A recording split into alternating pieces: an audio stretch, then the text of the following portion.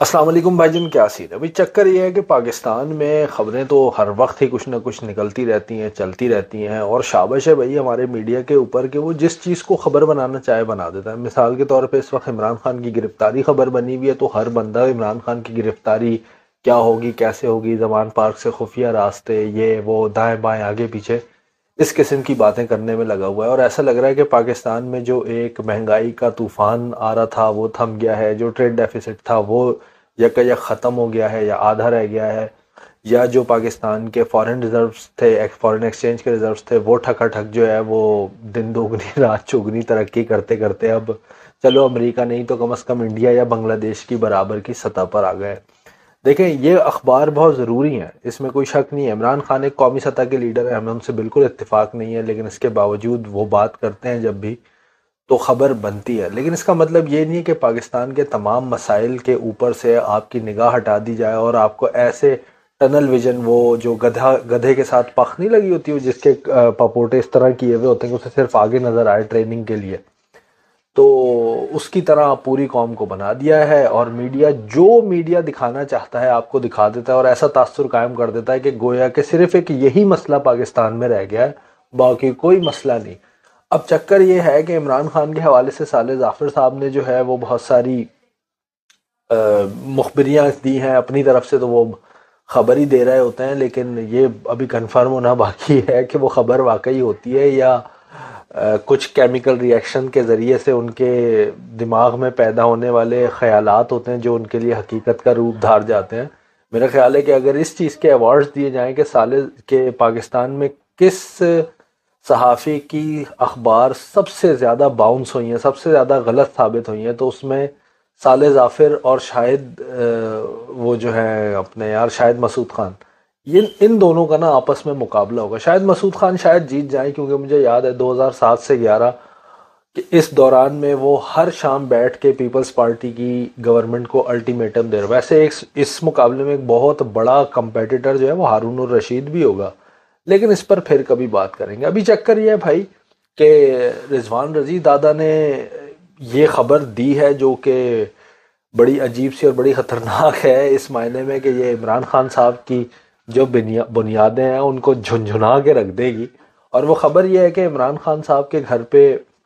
ورزش کا سامان پہنچایا گیا تھا، اور جس وقت وہ زمان پارک میں موو ہوئے تھے اس کے اندر ٹریڈ مل بھی تھی، اور اب جو سرکردہ ہاتھ ہیں جو اس ریاست کو چلا رہے ہیں اور اس ریاست کے کالے اور سفید کے مالک بنے بیٹھے ہیں، ان کے پاس عمران خان کی ایک ایسی ویڈیو آ گئی ہے جس کے اندر وہ ٹریڈ مل پہ بھاگ رہے ہیں، چل نہیں رہے، بھاگ رہے ہیں، بھاگتے ہیں، اچھا خاصا پسینہ وسینہ نکالتے ہیں، دوسری مشینیں بھی رکھی ہیں وہاں پہ ان کے جم میں، لیکن وہ ٹریڈ مل پہ بھاگتے ہیں، پسینہ شسینہ نکالتے ہیں، پھر اس کے بعد بیٹھتے ہیں جا کے صوفے پہ، اور وہ جو انہوں نے سلی مڈ آف اور سلی مڈ آن کا پیڈ ٹانگوں پہ لگانا ہوتا ہے وہ لگاتے ہیں، اور وہ لگا کر اور دوبارہ جو ہے وہ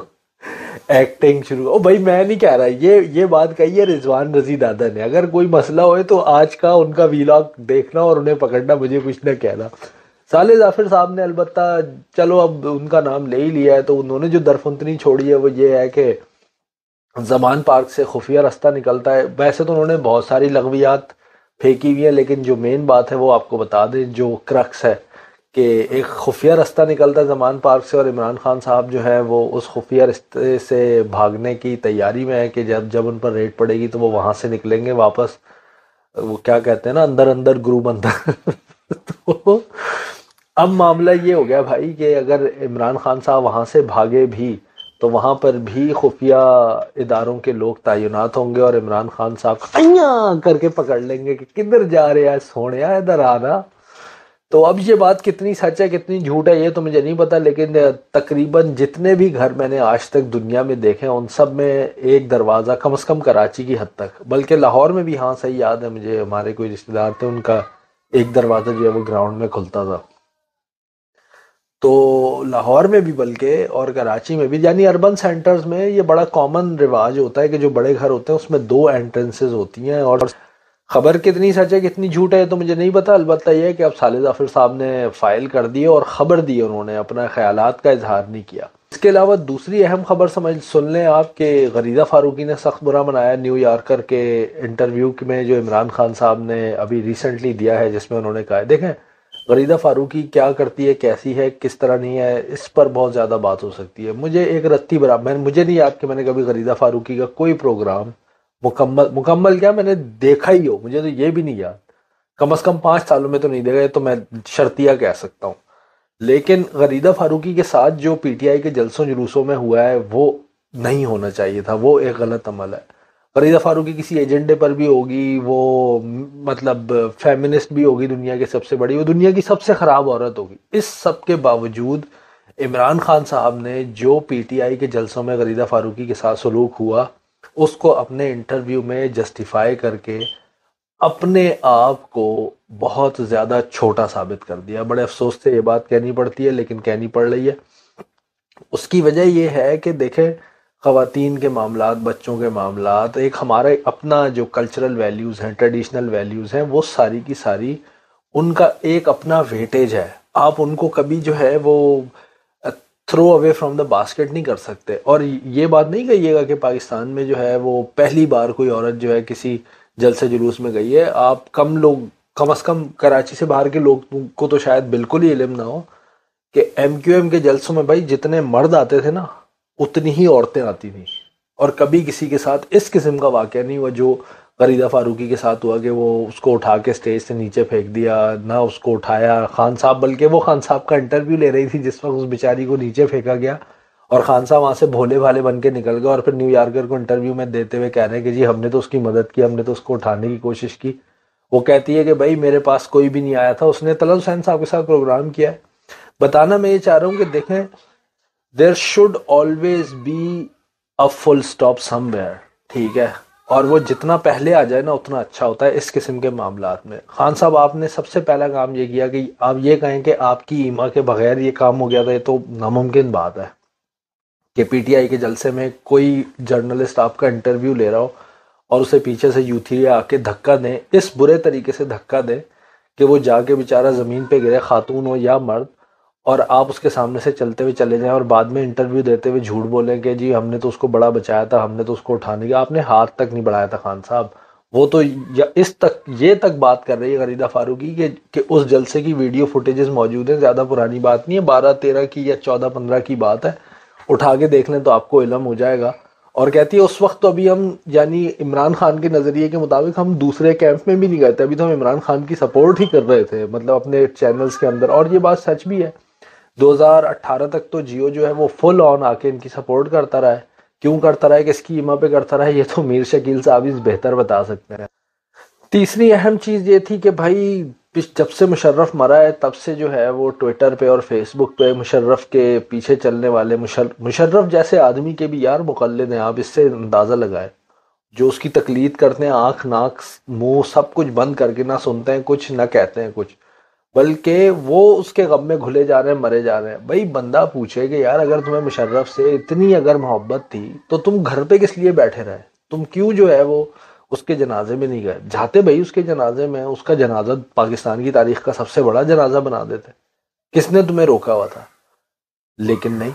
اب جو ہے وہ انہیں بیچاروں کو اسی پر اعتراض ہو رہا ہے کہ جی اس کی مغفرت سینٹ میں۔ بھائی آپ کو مغفرت مانگنے کا شوق ہے، آپ مانگیں مغفرت، کون آپ کو روکتا ہے؟ جائے بھاڑ میں جائے، جو کوئی بھی ہو، جس نے مانگنی ہے اپنے گھر پہ قرآن خوانیاں کرا لے، اس میں کون سا مسئلہ ہے؟ یہ کوئی بہت بڑی بات ہے؟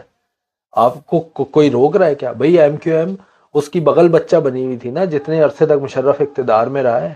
تو ایم کیو ایم کرائے نا کراچی کی سطح کے اوپر ایک بڑی میسو قرآن خوانی کرائے، کس نے ایم کیو ایم کے لوگوں کو روکا ہے؟ کسی نے بھی نہیں روکا، لیکن ایم کیو ایم تو نہیں کرا رہی۔ ایم کیو ایم کو چھوڑے یار، آپ جو اتنے غم میں اس کے گھلے جا رہے ہیں، آپ پرویز مشرف کے لیے کرائیں نا، اپنے گھر پہ انعقاد کریں قرآن خوانی کا، یا اس کے لیے چیے پڑھوائیں اور لوگوں کو بریانی بانٹیں اور پلاؤ بانٹیں، کون آپ کو روکتا ہے؟ کسی نے آپ کو روکا ہے؟ کسی نے منع کیا ہے کہ نہ کریں؟ بھئی یعنی جو فوج کا چیف آف آرمی سٹاف تھا اس تک نے مشرف کی نماز جنازہ نہیں پڑھی۔ وہ ظاہر ہے اب آپ کہیں گے تو وہ کہیں گے کہ بھائی وہ تو تھا ہی ملک سے، اور ملک سے باہر وہ 1 دن رک کے 2 دن رک کے نہیں جا سکتے تھے، واپس نہیں آ سکتے تھے، ان کا سابق چیف تھا۔ جو D G I S I تھے وہ تو ملک کے اندر تھے، انہوں نے بھی اس کی نماز جنازہ نہیں پڑھی ہے، تو اب پھر آپ کس کو آپ مورد الزام ٹھہرائیں گے؟ اور بھائی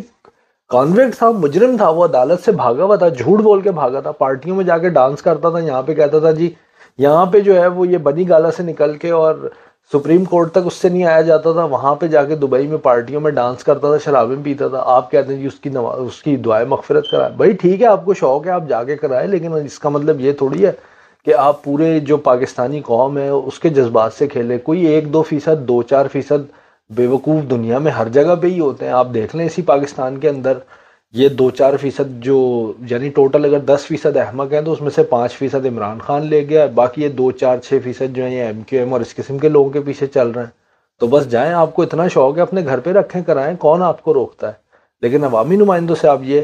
سوال کس لیے کرتے ہیں؟ اور ان عوامی نمائندوں سے جن کے اوپر اس نے شبخون مارا تھا، جس آئین کو اس نے کالعدم قرار دیا تھا، جس آئین کو 1 نہیں 2 دفعہ توڑا، اپنی بنائی ہوئی پارلیمان کو توڑا، اپنی بنائی ہوئی ترمیموں کو اس نے توڑا، اس مشرف کو آپ کہتے ہیں کہ اس کے لیے مغفرت کی دعا کرا دیں. بھئی کمال ہے. سمجھ میں نہیں آتی کہ یہ ہمارا لبرل طبقہ جو ہے ویسے تو کہیں گے کہ کسی چیز کو بھی نہیں مانتے، ریاست کا کوئی مذہب نہیں ہے، یہ نہیں ہے، وہ نہیں ہے. بھئی ریاست کا کوئی مذہب نہیں ہے تو اب آپ کو کس لیے مشرف کی مغفرت کی یاد آ رہی ہے؟ لعنت بھیجیں بھئی، مر گیا بس ختم بات. آپ کو شوق ہے آپ جائیں اس کی قبر پہ، یہاں کراچی میں جہاں کہیں بھی اس کا مدفن ہے وہاں جا کے پڑھتے پھریں. وہاں پہ بھی جانے کی ضرورت نہیں، اپنے گھر پہ قرآن خوانی کرائے نا، تو آئیں گے پھر اگلے